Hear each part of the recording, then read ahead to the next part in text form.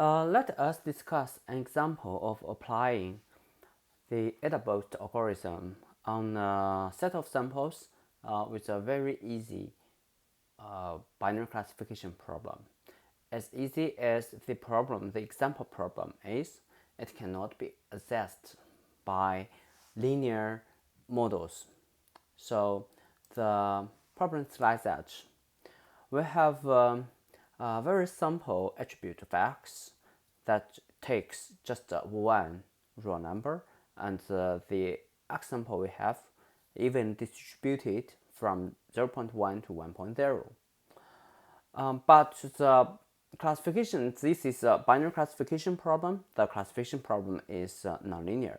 You cannot just use some linear relationship as ax plus b and cut at some threshold value, and so that get a perfect classification, because you have positive one and positive and negative classes altering in this X space. So this is the basic setting of the problem.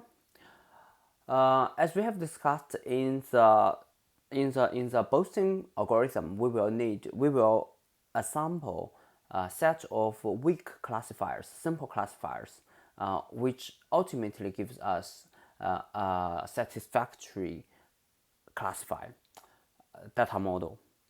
The weak classifiers we will use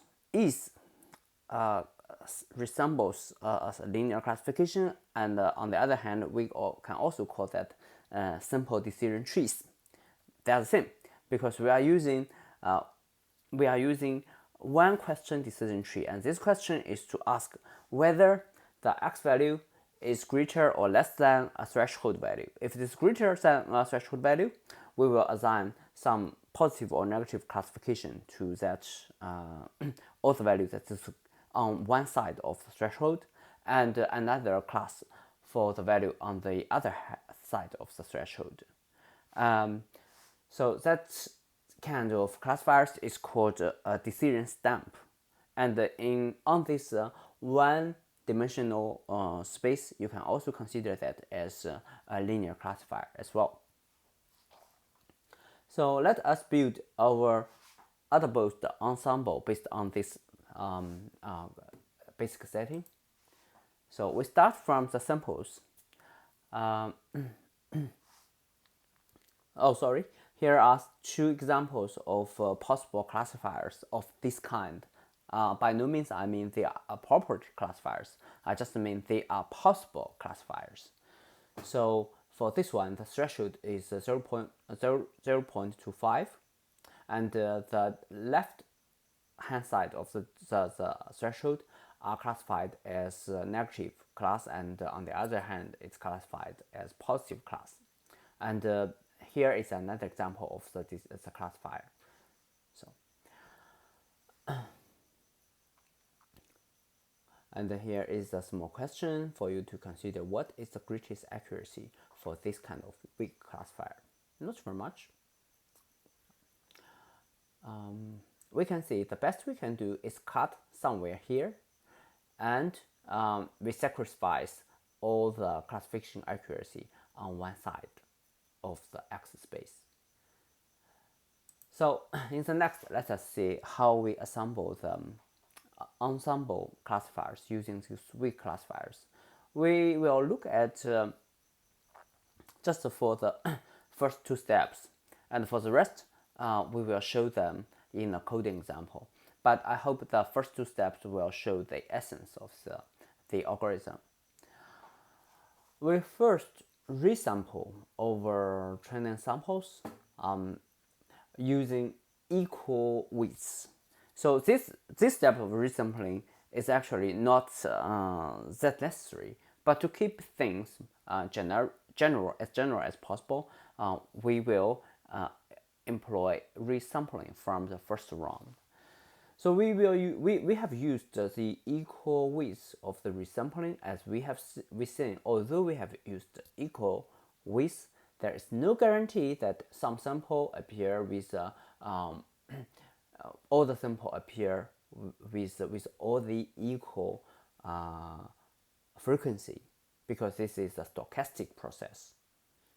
So keep this in mind. That is also the case even we have unequal widths later in the algorithm. For some sample, it may have greater widths, but that does not necessarily guarantee that sample will appear many more times than the others, because this is stochastic. But it's definitely more likely to appear more times than the low-weighted samples. So in this resampled sample, it's pretty much similar to the distribution of the previous one, because weights are equal anyway. But there is some difference from the original sample. So for this sample, it's reasonable to have a decision cut here. We will let the right hand side of the classes to be positive and the left hand side to be negative. And not surprisingly, we have an error rate of 0.3. Using this error rate, we will employ the equation here and compute and inject the 0.3 into epsilon 0 star and get the alpha value to be 0.42.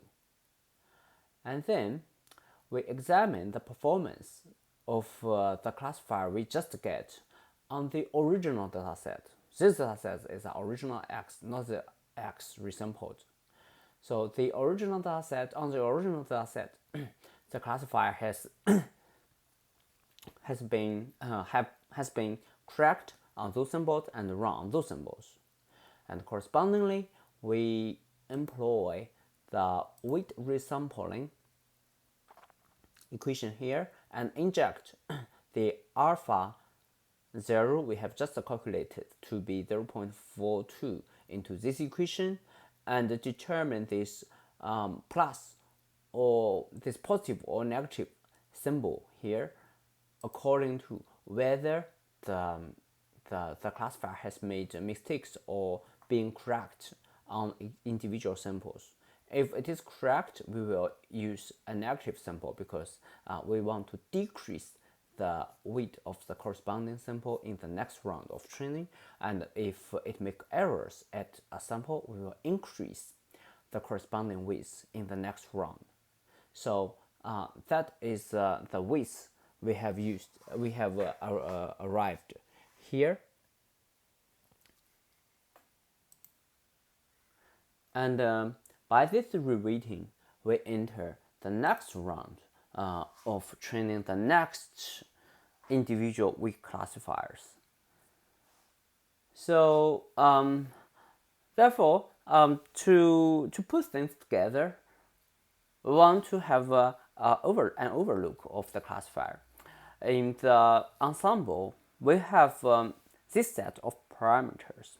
Now the parameters of how much the voice that has been made by a classifier according to its performance on the corresponding round. Excuse me, this should be resample 1, or I'd rather to just call that resample 2 to make things more clear. And the per round, this classification performance on the resampled data samples determines the weight of a classifier, and the training process is incremental. It determines the weight of a classifier. It also determines the internal parameters of the classifier. In the case of decision stamps, the internal parameters are two: one, the threshold, and the two, the second part of the internal parameter is whether the left to determine the direction, whether the left hand side on the threshold is a positive class or negative class, and the right hand side correspondingly. And at each round, we determine the parameter of the weight of a classifier as an internal parameter, but we never look back to adjust the parameters belonging to the previous classifiers. This is a family of training strategy which is called forward stage-wise training. We always adjust the overall parameters additively, incrementally. We add new classifiers to the ensemble. We don't change previous ones. And the previous classifier's influence on the training process is reflected by the reweighting of the samples. We always dynamically reweighting the samples, and according to how much challenge they present to the current classifier. The more difficult a sample to be classified, the more weight it receives. But note that the sample weights are not part of the hypothesis space. After training, all the weights are disregarded and we only keep the classifier weights and the internal parameters for classifiers. That is the ensemble that has been delivered by the algorithm.